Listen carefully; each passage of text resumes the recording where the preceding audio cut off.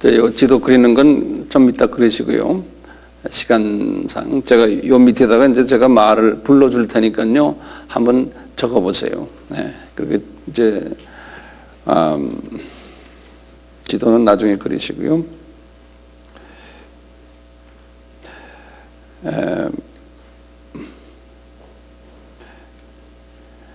이제 이렇게 줄을 좀 그으시고요.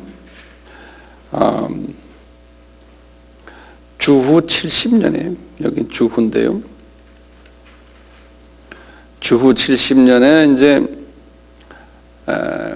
이스라엘 나라가 패망하고요. 그리고 제 말씀 좀 적고 계시죠? 그리고 예루살렘 성전이 파괴가 됐어요. 이 로마의 장군 디도 장군이 그렇게 했거든요. 왜냐하면 이 로마 제국이 주전 63년에서부터요 476년까지 주전 63년에서 476년까지 로마 제국이 지금 이 지도에 나오는 이 모든 나라들을 다 지배했어요. 로마 제국이. 저 위에 유럽은 독일만 빼놓고요. 나머지 영국까지 다 지배했어요. 로마 제국이 엄청나게 큰 제국이었어요. 그런 그 로마 제국이 이제 예루살렘 성전을 이렇게 무너뜨리고 그러다가 이제 기독교가 소위 핍박으로 들어갔어요. 이후부터요. 핍박으로 쭉 들어가다가 313년 이제 313년이 로마 제국의 그 왕 이름이 누구죠? 콘스탄틴 대제가 이제 기독교를 이제 로마의 그 국교로 삼았거든요. 이제 콘스탄틴이요. 콘스탄틴 대제가 이제 했는데 그 사이에 요 사이에 그 기독교 교회를 뭐라고 그러냐면 카타콤 교회라고 그래요. 카타콤.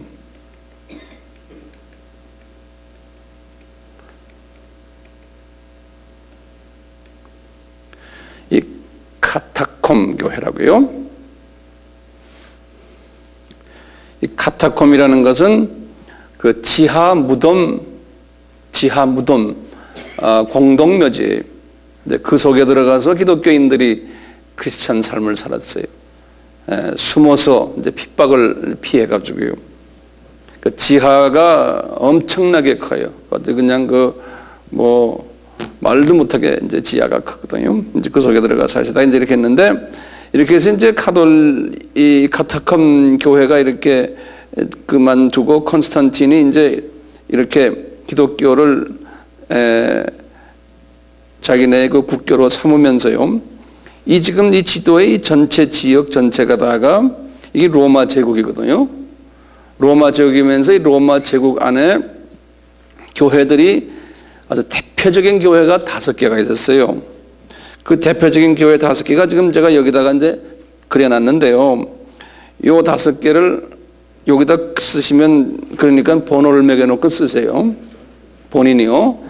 여기에 알렉산드리아 교회라고 그래요. 그래서 여기다 번호 1번 해놓고 어디다가 딴 데다 써놓으세요. 알렉산드리아 교회. 그 지금의 애굽에 있는 대표적인 항구 도시거든요. 아주 유명한 교회. 이제 이 교회에서 신학자들도 많이 나오고요. 아주 초대 기독교의 아주 핵심 인물들이 여기서 많이 나왔어요. 알렉산드리아 교회. 지금은 이 알렉산드리아 교회가 애굽 콥틱 교회라고, 콥틱 정교회, 애굽의 정교회의 본부가 여기 있고요. 이 교회는 누가 개척을 했냐면은 마가가 교회를 개척. 마가. 그래서 이 마가 하면은 애굽 교회를 이야기해요. 이 콥틱. 그래서 이미 아주 그냥 유명한 인사 마가가 개척한 교회이기 때문에 이 로마 교회도 여기에 대해서 함부로 건드리질 못하는 거예요. 그런 그 역사 있는 교회거든요. 그 다음에 이제 지금 로마 이 제국 안에서 유명한 교회가 예루살렘 교회.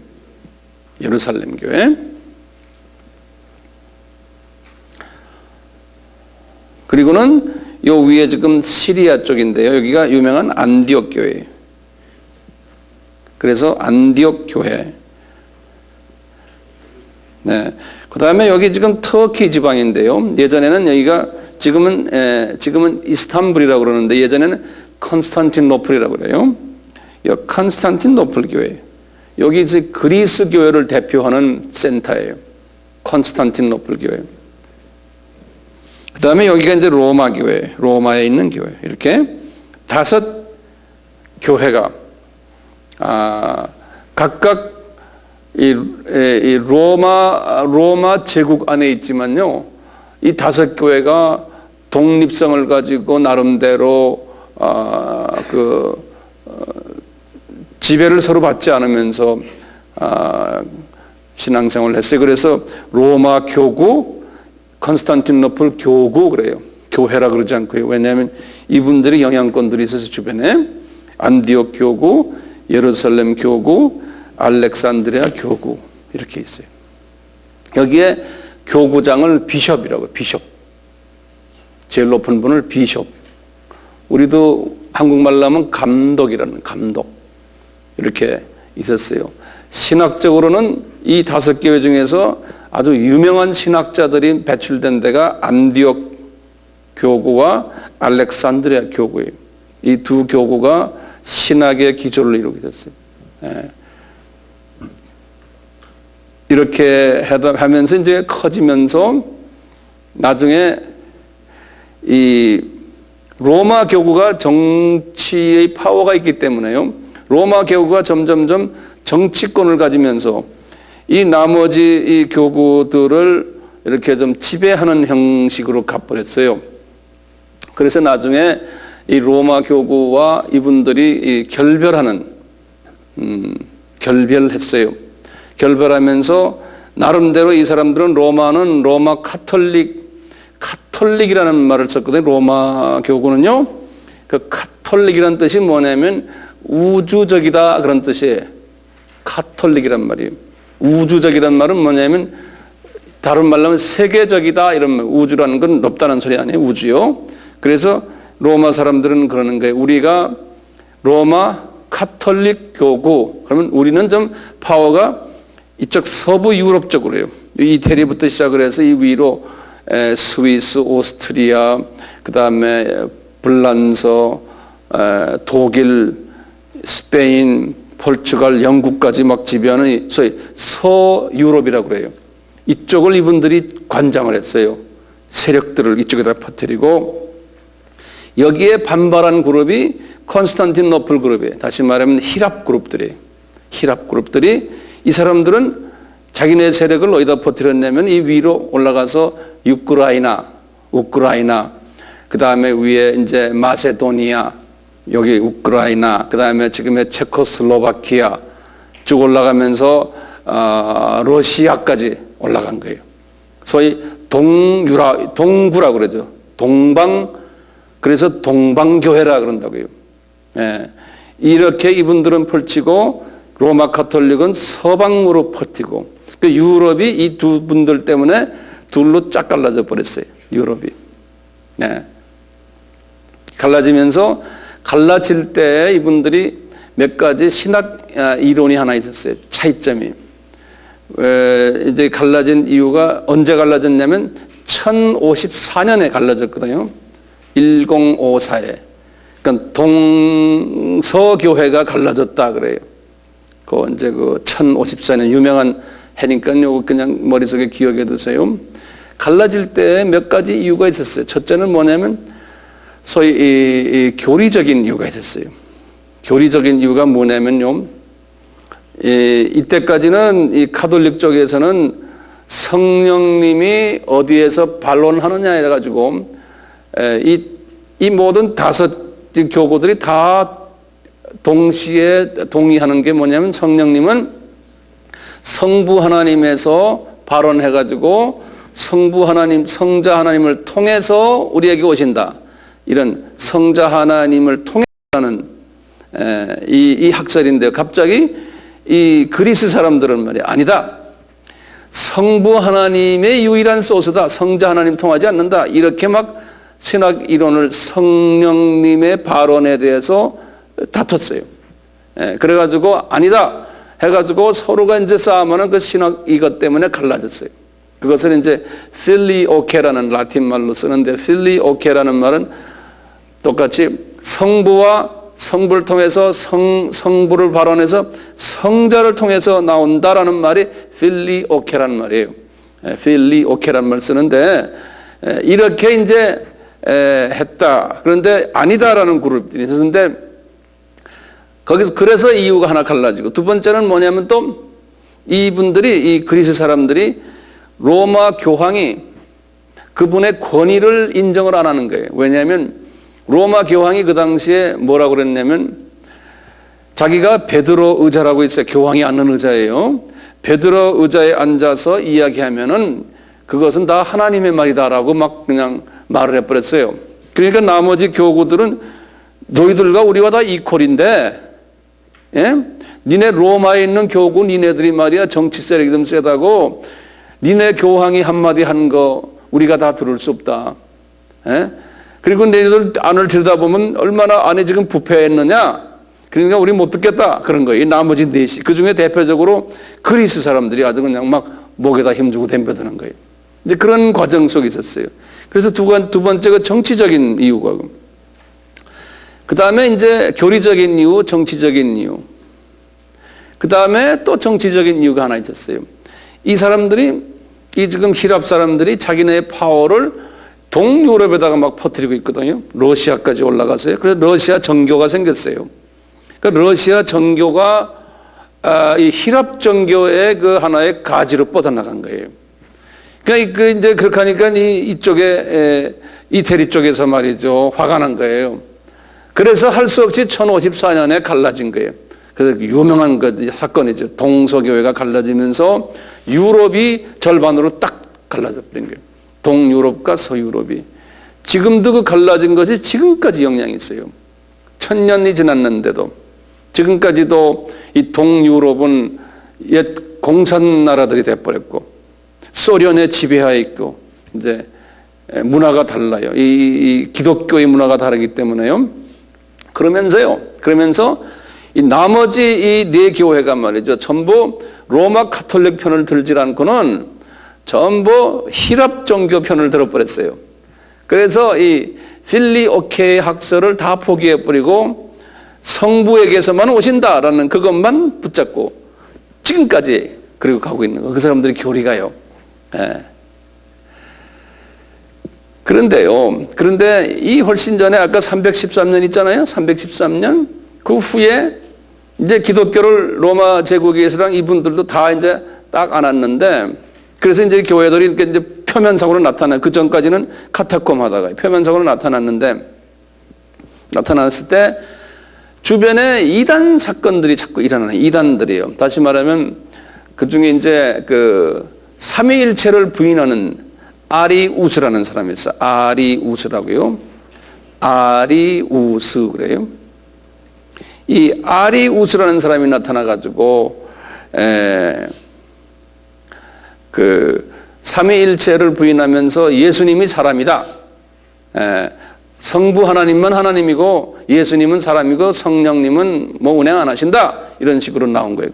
지금 그 학설이 요새 그 여호와의 증인 같은 데나요. 또는 그 유니타리언 처치라고 그래서 유니타리언 교회라고 그래서 하버드 대학교 신학이 그 신학을 지금 갖고 있어요. 미국의 하버드 대학교 신학이. 네. 이런 그 사상이 팽배해져 가지고 이 5 교구가 모였어요. 모여가지고 회의를 했어요. 어디서 회의했냐면 여기 보면 여기 에베소라고 있어요. 에베소라고. 여기 에베소에서도 회의하고 그 다음에 여기 또 이스탄불 바로 옆에 있는 칼케톤이라고 있어요. 칼케톤에서도 회의하면서 삼위일체론을 만들었어요. 그래서 우리가 지금 삼위일체론 이야기하잖아요. 그게 그때 나온 거예요. 그리고는 뭘 만들었냐면 사도신경을 만들었어요. 우리가 매 주일마다 읽는 사도신경 있죠? 이게 이때 만들어진 거예요. 예. 약 한 400년 전후로 해서요. 예. 그 사도신경을 만들어가지고 이 5교회들이 그걸 삼위일체로 뚱뚱 뭉치고 사도신경으로 똘똘 뭉쳤어요. 그래가지고 이단을 이제 배격한 거예요. 그것이 지금까지 계속 이어오는데요. 이어오는데 아까 보면 성령님이 어디에서 오시느냐, 거기에서 차이가 생긴 거예요. 그 다음에 또 뭐가 또 하나 있었냐면요. 이 지역이 이제 카타콤에서 탁 벗어나서 이제 정식 교회 형태로 나타나니까요. 이 로마 제국이 다 바벨론 종교인 거예요. 로마 제국이.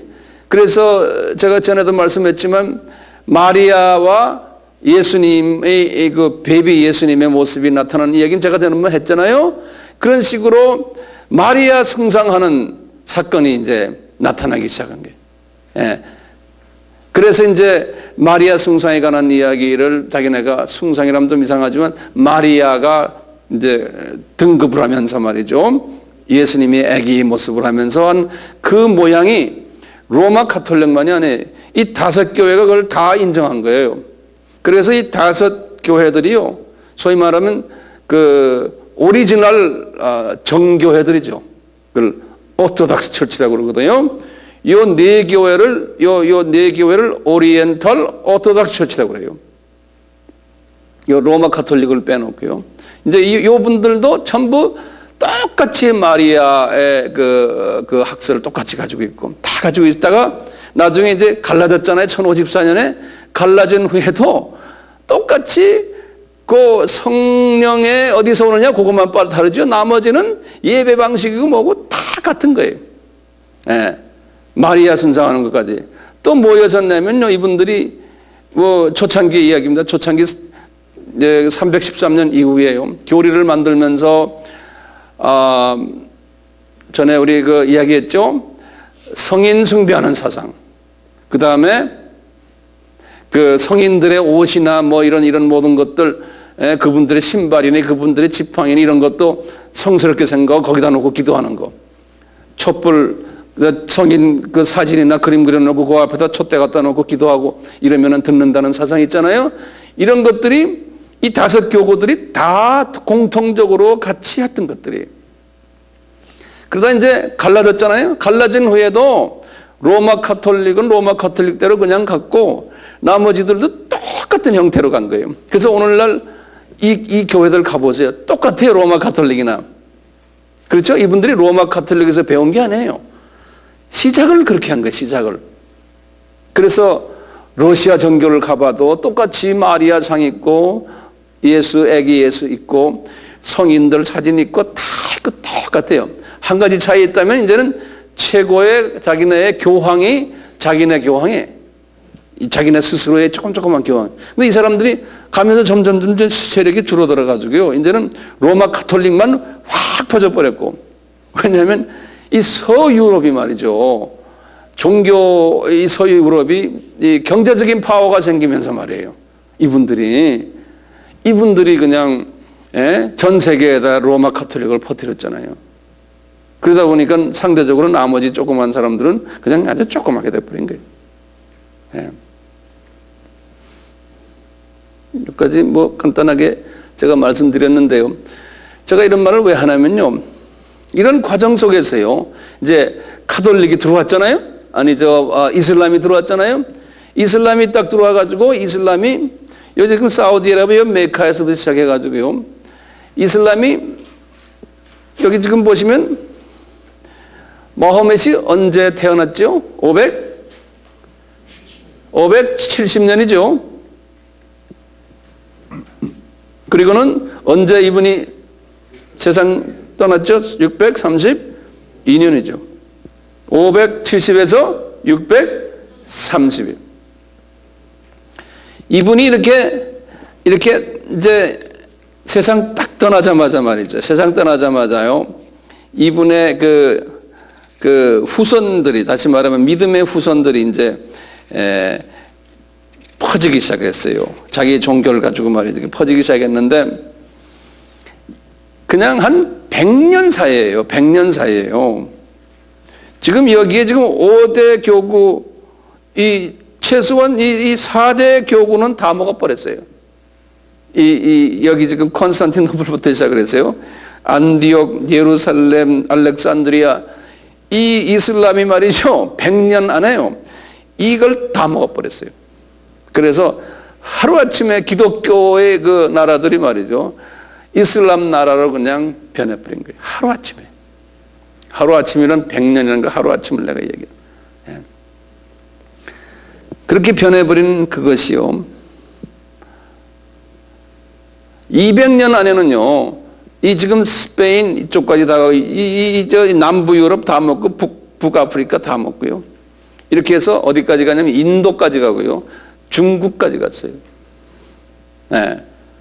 한 200년 안에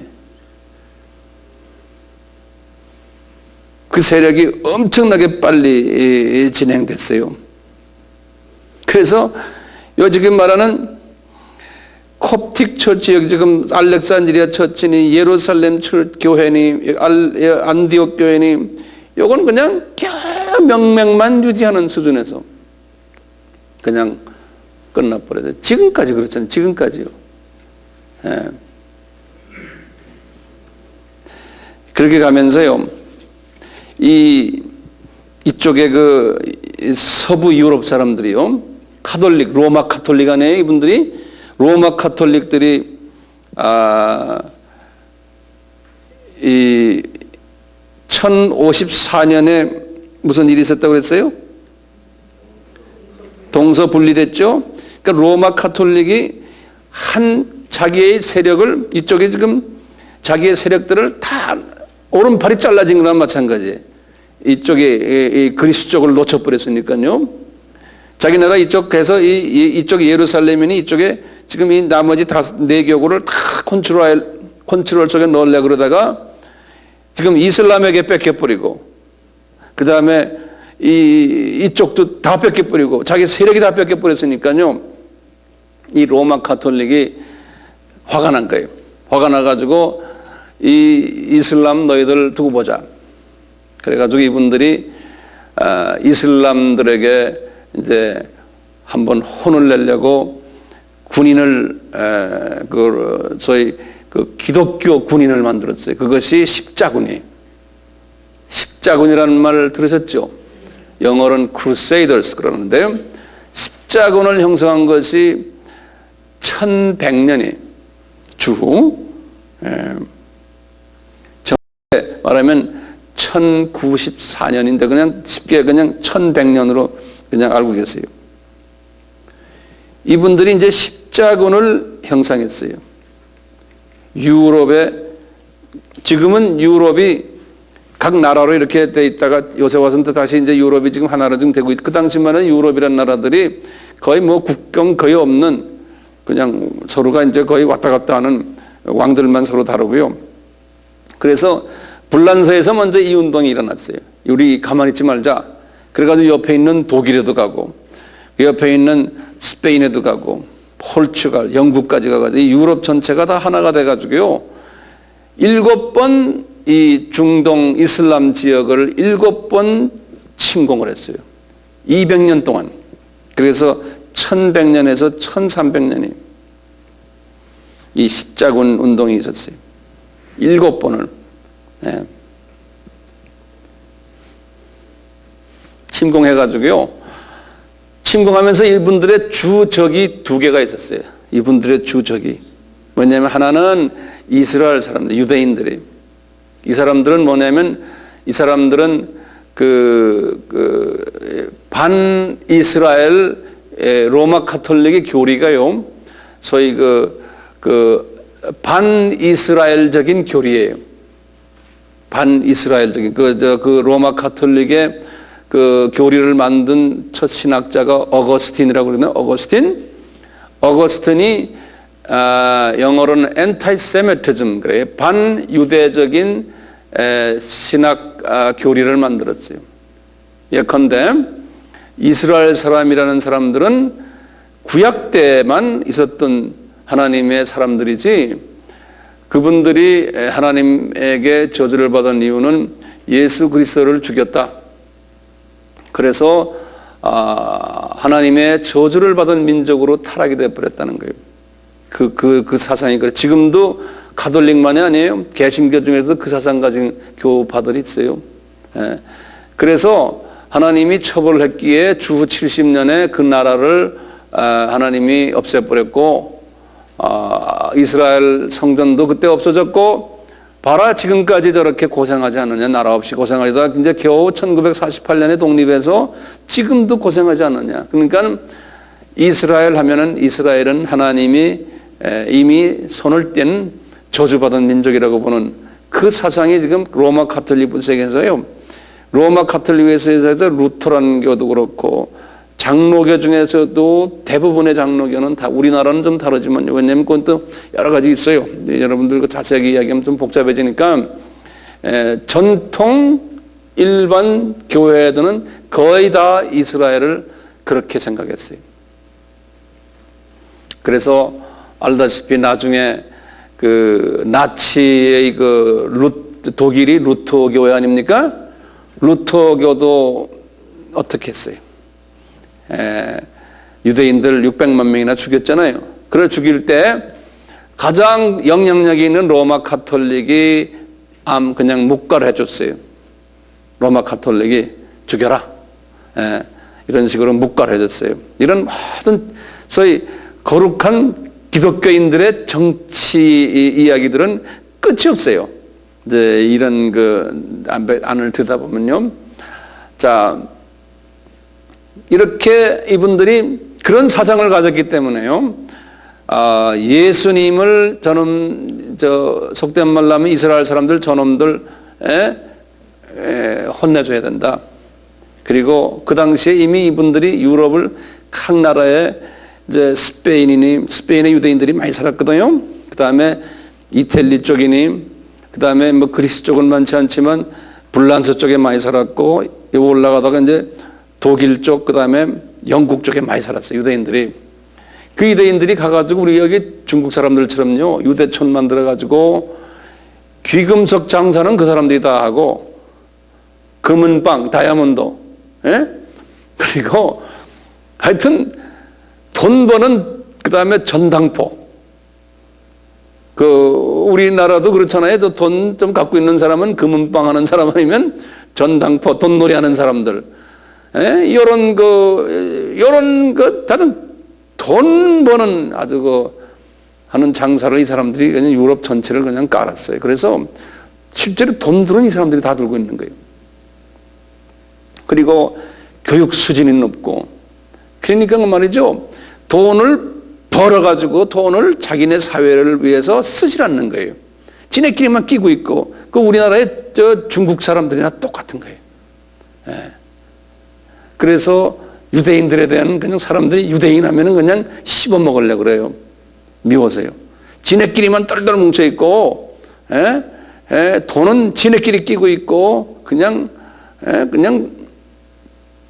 하여튼 있잖아요. 그런 거 알죠? 이런 식의 사람들이. 그러니까 싫어하는 거예요. 거기다 또 예수님까지도 죽인 사람들 말이야. 하니까 하나같이. 그럴수록 유대인들은 더 똘똘 뭉치는 거예요. 그리고 유대인들은요, 한 사람은 예외 없어요. 똑똑해요, 모두요. 똑똑해도요, 우리가 똑똑하다는 걸 생각하면 똑똑한데 밥맛 없이 똑똑한 사람 있죠. 이게, 자기 거를 남한테 안 주고 저 사람 돈만 뺏어가려고 하는 사람 있죠.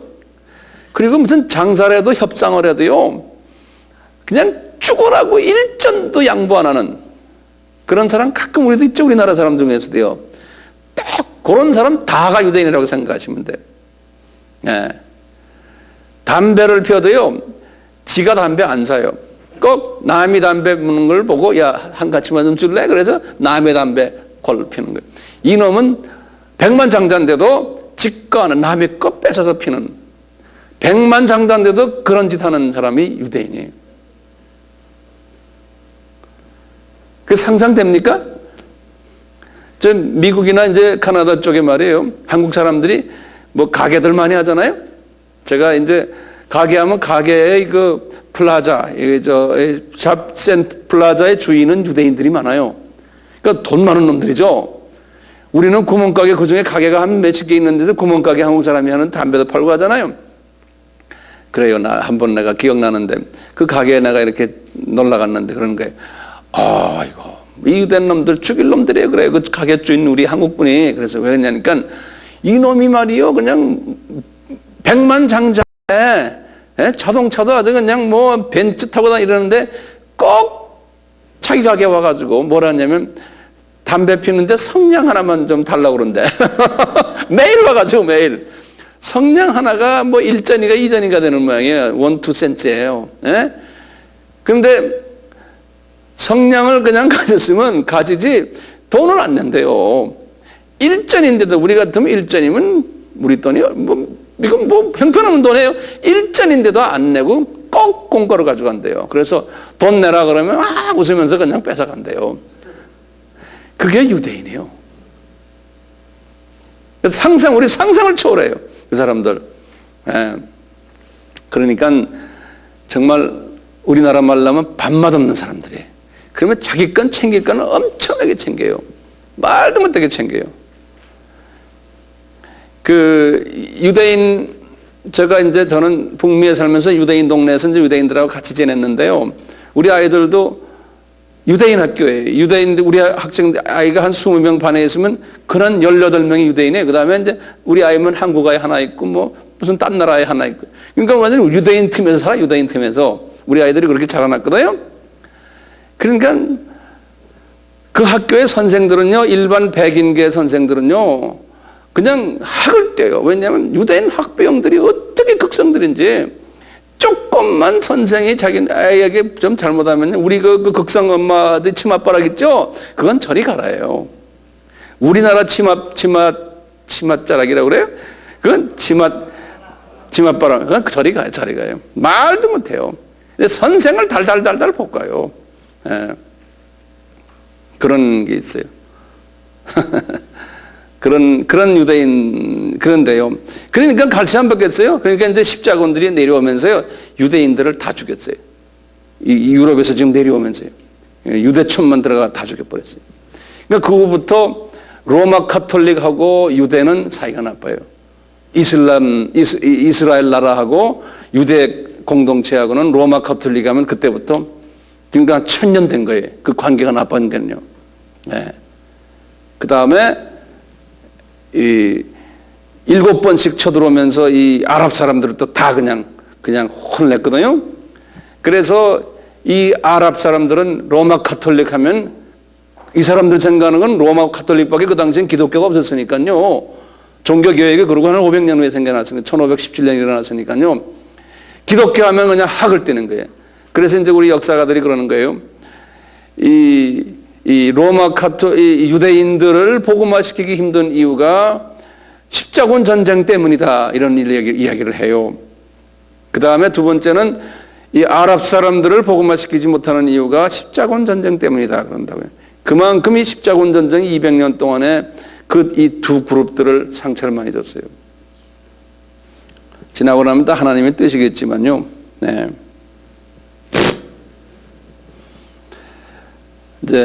그러다가 제가 다음 금요일에 이야기하겠지만,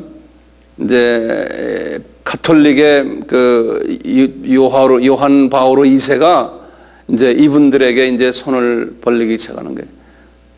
저희 화해의 제스처를 벌렸어요. 거기에 대한 자세한 얘기는 내가 금요일에 또 설명해 드리겠는데, 그게 뭐냐면 이게 종말과 다 연결돼 있어요.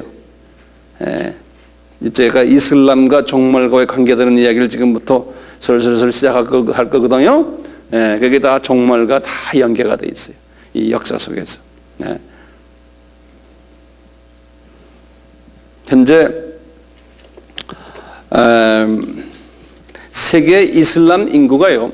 이렇게 해서 이슬람이 지금 쭉 퍼졌잖아요. 세계 이슬람 인구가 지금 얼마냐면 이제 하나하나 내가 데이터를 드릴게요.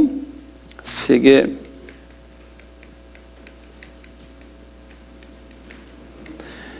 이슬람 인구가 지금 10억이거든요. 10억. 세계 인구가 얼마입니까? 60억이었다가요. 2000년 서기 2000년까지는 60억이었나 지금 65억이 됐어요. 금방금방 늘어나요. 지금 세계 인구가요. 지금 65억이 됐어요. 유엔에서 발표한 걸 보면요. 이슬람 인구가 지금 10억인데요. 그 중에 지금 이슬람의 아랍이요. 아랍 인구가 얼마냐면요.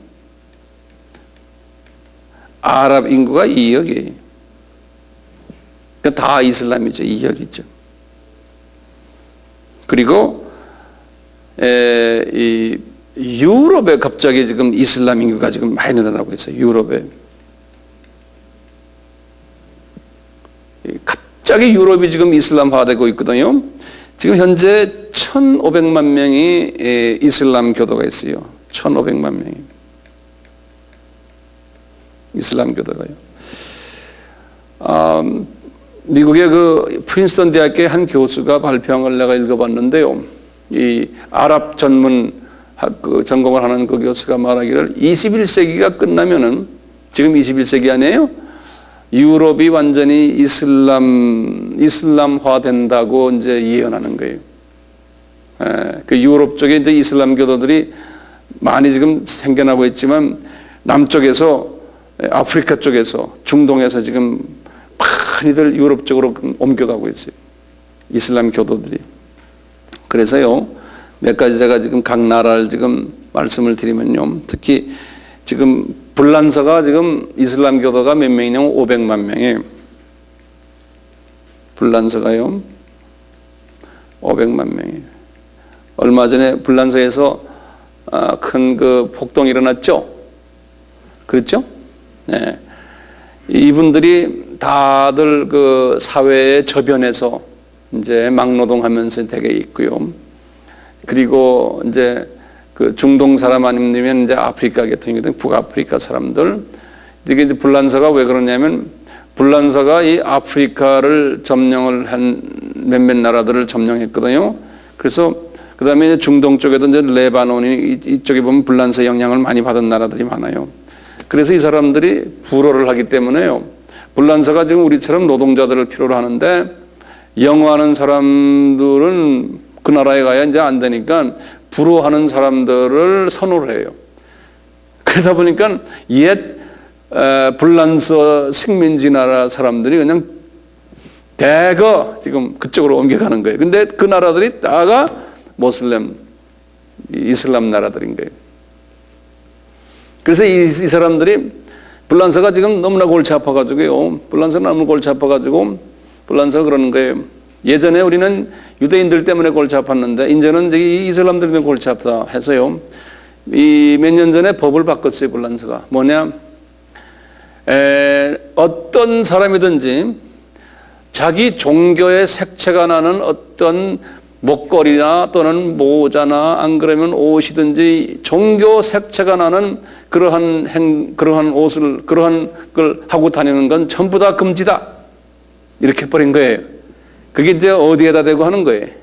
모슬렘 사람들, 여자들 다 이러고 다니고, 유대인들 뭐다 위에다 뭐 쓰고 다니죠? 자기는 가톨릭 나라거든. 자기는 가톨릭 나라인데, 이런 소위 말하는 그 사람들이 볼 때 이 잡것들이 여기 와가지고 자기 나라에 와서 완전히 우리나라를 지금 다 변화시키려고 한다는 거예요. 자기네 종교를 가지고. 그러니 이제는 종교라는 백그라운드를 가지고 그냥 뭐 하여튼 무슨 뭘 달고 다니고 뭐 옷 입고 다니고 안 된다. 법으로 그래버린 거예요. 그래가지고 또 데모가 나고 난리가 났어요. 인종차별이다, 뭐 인권유린이다, 뭐 어쩌고 말이죠.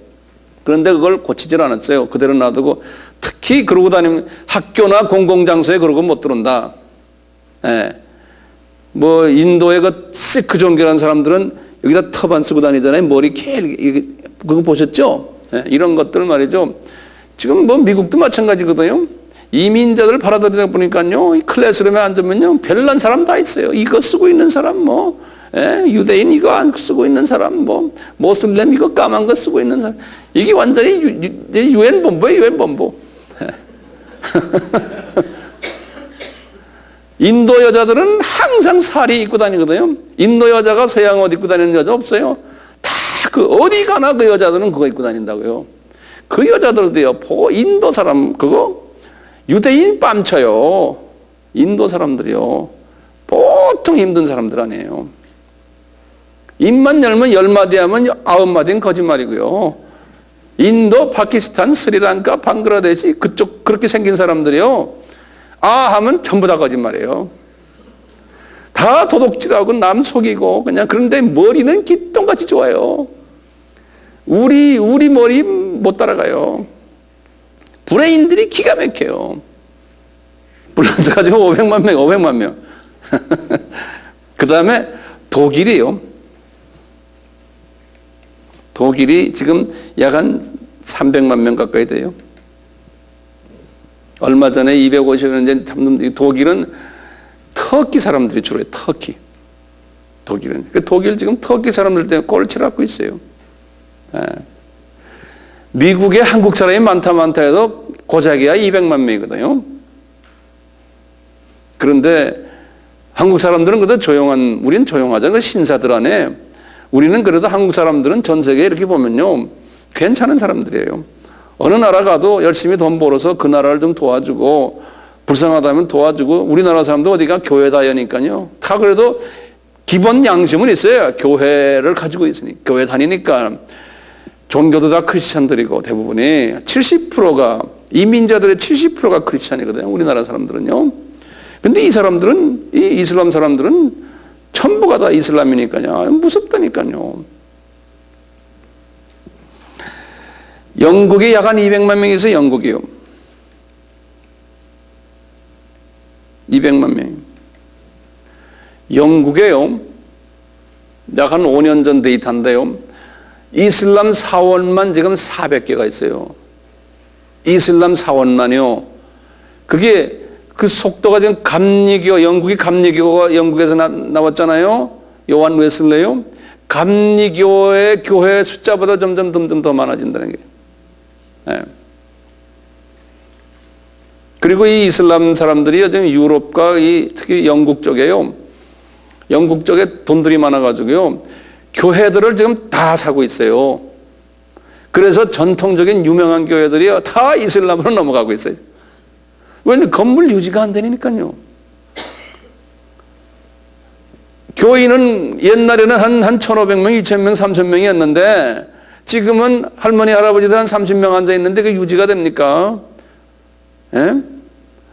겨울에 추운데 이거 히팅, 그것도 못 하는 거예요. 안 그러면 파이프 터지고 하니까 이거 불 떼야 되잖아요. 지금 유럽이 그렇거든요. 나는 이런 걸 쭉 보면서요, 우리나라도 이게 50년 후는 그렇게 되겠다 나는 보고 있어요. 그래서 우리나라도 지금 정신 빠진 게요, 교인이 좀 많아지고 돈 좀 생기면 다 자꾸 건물 짓잖아요. 저거 50년만 있으면요, 나중에 그렇게 돼요. 역사성이 없어요. 하나님은 그런 교회를 원치 않거든요. 유럽을 보세요. 미국도 마찬가지예요. 카나다 마찬가지예요. 옛날에 한때 뻘뻘하던 큰 교회들이요, 2차 전쟁 후 1945년 아닙니까? 2차 전쟁 후에 베이비 부모가 생겨가지고요, 2차 전쟁 군인들이 1945년에 끝나서 자기 나라로 갔잖아요. 가가지고 장가들 가잖아요. 장가 가서 낳은 그 자녀들이 그걸 베이비 부모라고 해요. 그래서 그때 아이 낳은 사람들이 지금 1946년생, 7년생, 48년생 그럴 거 아니에요? 그 사람들이 지금 몇 살이에요? 예? 그 사람들이 지금 제 나이 또래예요. 예.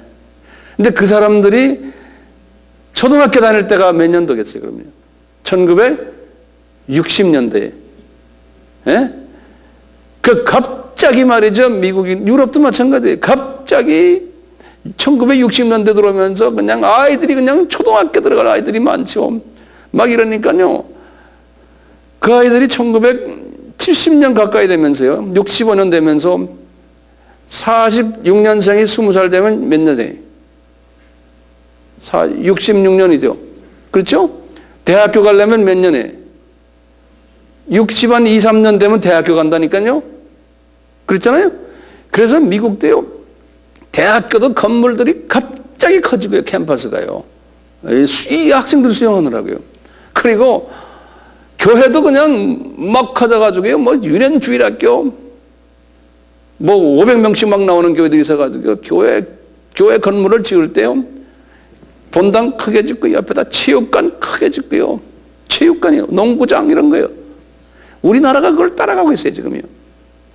한 1970년, 80년대에 들어오면서요, 그 젊은 사람들이 이제는 이제 교회 안 나오면서요, 또 점점점 이제 딴 데로 이사 가고 이래가지고 그 교회가요, 그 당시에 살았던 그분들이 지금 그분들의 부모님들이 그냥 끼고 있다가 우리 한국 사람들이나 이제 이민 가가지고요, 그 교회를 처음엔 우리가 60년, 70년대에는요, 그런 교회 가서 교회 좀 빌려주세요. 그러면, 이거 안 된다는 거예요. 냄새, 코리안들 냄새 난다고요. 김치 냄새 나고, 이게 뭐, 마늘 냄새. 우리는 안 나지만 되게 나거든요. 우리한테서요. 그 냄새 난다고 안 빌려주는 거예요. 한 번 빌려줬다가, 그 다음에 한국 사람들이 예배 보고 딱 나가고, 미국 사람들이 딱 들어와 보면 그냥 냄새가 나서 이 공간 못 견디는 거예요. 그러니까 안 빌려주고 막 그러는 거예요. 근데 어떻게 해요, 뭐. 자기네가 가만히 보니까 예를 들어서 한 달에 500불씩 내고 들어오라는 사람들도 있어요. 그러다가 1000불씩 올라가고, 뭐 1500불 올라가고요. 나중에 이제는 한 3000불씩 막 내요. 근데 이분들도 한국 사람이 아니면 교회 유지가 안 되는 거예요. 미국 교회들이 지금요, 웬만한 교회들이 한국 사람이 아니면 교회 건물 유지가 안 돼요. 한국 교회는 교인이 200명이 예배를 보는데 자기네는 30명 예배 보는 경우. 그것이 남의 이야기가 아니라니까요. 우리나라도 이제 곧 와요. 내가 내 눈에 그게 보여요. 이제 앞으로 한 20년만 있으면 그렇게 될 텐데요. 그러면 하나님의 그 헌금을 그런 식으로 해가지고 해서 우리나라는 이게 겨울이 추운 나라이기 때문에요. 이 건물 유지하려면은 저런 열대지방 나라하고 다르거든요. 열대지방은 나라는요, 그냥 건물만 하나 지어만 놓으면 돼요. 더우면 더운 대로 그냥 앉아 있는 거예요. 예? 선풍기 좀 틀어놓고. 우리나라는 건물이 그런 건물이 아니잖아요, 이게. 벌써 언제부터 이 보일러를 떼야 됩니까? 언제부터요? 10월 조금 되면 보일러 떼야 되죠? 예? 그래가지고 언제까지 떼요? 지금도 떼죠, 지금도. 예. 보일러 만약 안 떼보세요. 어떻게 돼요? 한 번 날씨 추워지면 그냥 다 얼어서 터져버리잖아요. 그러니까 건물을 지을 때도 이 보일러 때문에 우리나라는 이게 보일러가 밑으로 타져서 온돌방처럼 들어와 있잖아요, 이렇게. 이게 얼마나 돈 들어가요? 유지비가 대단하거든요. 내가 무슨 말하다 이런 말까지 했는지 모르지만 예, 이 영국 교회가 지금 이야기, 영국 교회들 지금 그렇거든요.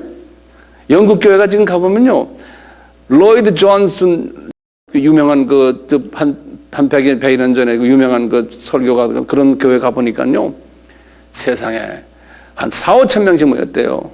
그런데 할머니, 할아버지 한 30명이 앉아 있어요. 건물 유지를 못하는 거예요. 이제 곧 그렇게 돼요. 그러니까 그 건물 유지 못하니까 어떻게 해야 돼요? 팔아야 돼요. 팔아야 되는데요. 지금 이슬람 사람들이 와서 다 사간다니까요. 지금 현실이에요, 현실. 예. 이 사람들 그래, 우리는 이슬람한테 안 팔겠다 그러잖아요. 그러니까 구매 계약을 딱 들어올 때 딴 사람이 들어와요. 딴 사람 이름으로 딱 들어와요. 그래가지고 나중에 다 한 다음에 나중에 바꿔서 이슬람 성전이 되는 거예요. 카나다 토론토에요, 우리나라 유명한 A.W. 토저라는 사람이죠, 토저. 그 사람 책 많이 나오잖아요. 그 토저 그분이 목회하던 교회가 있었어요. 에베뉴 그분이 CMA 목사님이에요. CMA라고 들으신지 모르지만 제가 그 교회에서 전도사를 했어요. 제가요. 그런데 그 교회가요, 아주 유명한 교회예요. 근데 그 교회가요, 팔려서 그 교회는 더 좋은 데로 이사를 갔는데 팔는데 나중에 보니까 그게 힌두교의 교회가 된 거예요. 그 역사적인 교회가요. 하리 카리스 그런 말 알아요? 세라? 하리 크리스티나? 하리 카리스나? 인디언 처치? 아주 그냥 사탄의 종교예요. 하리 크리스티나가 사버린 거예요. 그래서 내가 거기 사람한테 물어봤어요. 이거 왜 그 사람들을 자기네들도 몰랐다는 거예요. 딴 놈이 보장을 들고 와가지고 해서. 이제 우리도 자칫하면요, 이게 절간에 팔릴 수 있대요, 우리나라 교회가. 안 그러면 지금 외국 사람들 자꾸 들어오잖아요. 외국 사람들이 자꾸 들어오면서 우리 꼭 한국 사람들은 미국에 이민 가서 지금 꼭 사는 거랑 똑같아요. 지금 하는 거 보면요. 이러다가 10년, 20년, 30년 지금 외국 사람이 점점 많아질 거거든요. 우리나라에요. 왜냐하면 아이들 안 낳잖아요. 공장이 돌아가려면 외국 사람이 들어와야 돼요. 나라가 어느 정도 경제 수준을 유지하려면요. 우리가 아무리 악을 써도 안 돼. 이거는 들어오게 돼 있어요. 지금 뭐 농촌에 뭐 장가 가는 남자가 농촌 아이를 낳으면 뭐 몇 분지 몇이 뭐라 그래? 혼혈아라고 그러잖아요. 이 숫자는 이제 뭐 그냥 기약 없어적으로 늘어날 거예요. 이번에 그 농구 선수 그 사람이 농구 선수, 축구 선수 이 사람이 왔다 가서 지금 우리나라가 많이 변한다잖아요. 이제 보세요. 10년 있으면 달라져요. 여러분들 자녀들 중에서 외국 사람이 올 가능성이 많아요. 이미 미국은 우리 교포들 중에서요. 교포들 중에서 청첩장을 딱 받으면요. 대부분의 50%가 국제결혼이에요. 우리 후손들이 50%가요. 대부분의 여자아이들은 대개 보면 10명이면 여자아이는 한국 여자아이들이요. 한 7명 정도는 국제결혼이에요. 한국 남자가 아닌 남자가 결혼해요. 미국에 있는 일본 사람들은 이미 다 그렇게 돼버렸어요. 우리보다 한 100년이 앞서거든요. 미국 이민이. 일본 사람들, 일본 여자들은 이미 다 그냥 전부 다 섞여버렸어요. 근데 한국도 그게 굉장히 빨리 가요. 그러니까 국제결혼이라는 게 미국 사회에서는요, 우리 미국의 한인 공동체에서는 국제결혼한다는 건 그냥, 그렇구나, 그냥. 그럼 결혼식에 가면 항상 두 문화권 사람들하고 같이 이렇게 하는, 지금 그렇게 가고, 우리나라도 지금 그게 지금 빨리 되고 있어요. 국제사회. 자, 어쨌든, 교회가 지금 큰 교회를 하지 말라는 말을 제가 하는, 거기다 투자하지 마시고, 돈을 사람에게 투자를 하셔야 돼요. 사람에게. 건물에다 투자하시면 나중에 이런 일이 생긴다는 거예요. 자, 지금 네덜란드, 독일만 300만, 오스트리아, 벨지움, 스웨덴 뭐 할 거 없어요. 지금 유럽에 지금 1,500만 명인데 이 속도가 굉장히 지금 빨라가고 있어요. 자, 아시아를 제가 한번 보여드릴게요. 아시아요. 아시아의 이슬람이요. 문제는 지금 아시아, 우리가 살고 있는 아시아의 이슬람 인구예요. 이게 지금 급속도로 지금 커지고 있어요. 지금 아시아에서 제일 큰 이슬람 나라가 어느 나라인 줄 아세요? 인도네시아예요. 인도네시아가요, 전 세계에서 이슬람 인구가 제일 많은 나라예요. 인도네시아가 전 세계에서 5번째로 큰 나라거든요. 인구면으로요. 인구가 얼마냐면 2억 4천이에요. 2억 7, 8천이 미국이거든요. 예컨대 이제 보세요. 제일 큰 나라가 좀 중국 아니에요? 중국이 한 3억 대거든요. 그 다음에 10억이 인도거든요. 그 다음에, 브라질? 그 다음에,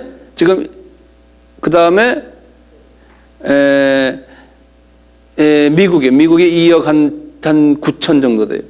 2억 한 7, 9천. 그 다음에 지금 인도네시아에 2억 4천. 근데 인도네시아가요, 이슬람 인구가 80%예요. 이슬람 인구가. 그래서 이슬람이 한 2억 정도 돼요.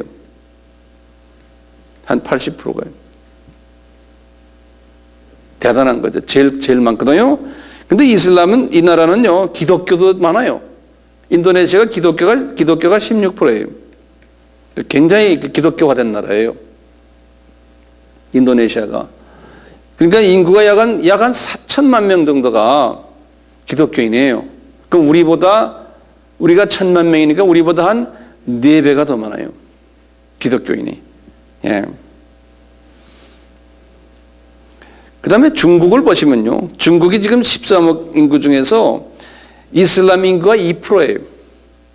그러니까 한 2,500만 명이 돼요. 그것만 해도 상당한 거죠. 우리 남한 인구가 약 한 5천 정도 되니까 우리 남한 인구의 절반 정도가 중국에 아직도 이슬람 인구가 있어요. 중국은 지금 이슬람 인구가 그 정도 되고요. 13억 중에서요. 말레이시아가 2,500만 명인데 이슬람 인구가 60%예요. 필리핀도 약 한 8천만 명 인구 중에서요. 5%가 이슬람이에요. 그 다음에 아프가니스탄은 3천만 명 중에서 97%가 이슬람이에요. 방글라데시가 1억 5천 중에서 86%가 이슬람이고, 파키스탄이 1억 8천 중에서요 96%가 이슬람이고요. 인도가 10억 중에서 13%가 이슬람이에요. 기독교인은 인도는 약 한 3%예요. 그 다음에 카자흐스탄 1,600만 중에서 60%, 우즈벡이 2,500만 중에서 83%, 키르기스탄이 500만 중에서 78%, 타지키스탄이 700만 중에서 90%예요. 이렇게 지금 보면 지금 아시아가 이슬람 인구가 지금 제일 지금 많아요. 아시아가요. 예.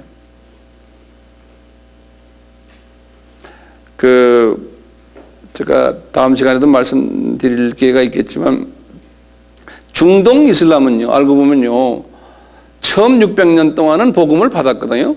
중동 사람들은요. 그러니까 거기 사람들은 우리가 소위 칼빈주의에 의하면은 제한된 하나님이 선정된 이미 사람들이 있었다 그러면 처음 600년 동안에는 이미 미리 하나님이 하나님의 자녀들을 중동에서 다 모아놓지 않았나 보고 있는 거예요. 그러니까 중동 사람들은, 하나님의 자녀들 될 만한 사람들은 미리 처음 600년 동안 하나님이 다 거둬들였다. 어느 정도는 그렇게 이제 볼 수 있죠. 그렇죠? 문제는 뭐냐면 이 아시아 쪽이에요. 북아프리카도 복음이 600년 동안 들어갔었거든요. 처음에. 아시아 쪽은 전혀 복음이 안 들어왔기 때문에 아시아에 있는 이 모슬렘들은 복음을 받을 기회가 전혀 없었다는 거예요. 그리고 한 번도 크리스찬이 되질 않았기 때문에요. 그 사람들은 자기네 선조들도요. 그러니까 이제 우리가 이제 이 마지막 때의 선교의 주 방향이 아시아에 있는 모슬렘 선교하면 아시아 쪽에다가 우리가 가져야 된다는 거예요. 이제 그런 생각을 하게 돼요. 이제 금요일에 계속하겠습니다. 오늘은 여기서 끝내고요. 이제 이와 비슷한 이야기들, 더 좀 구체적인 이야기들을 금요일에 제가 계속할 테니까요. 금요일은 아주 중요한 날이에요.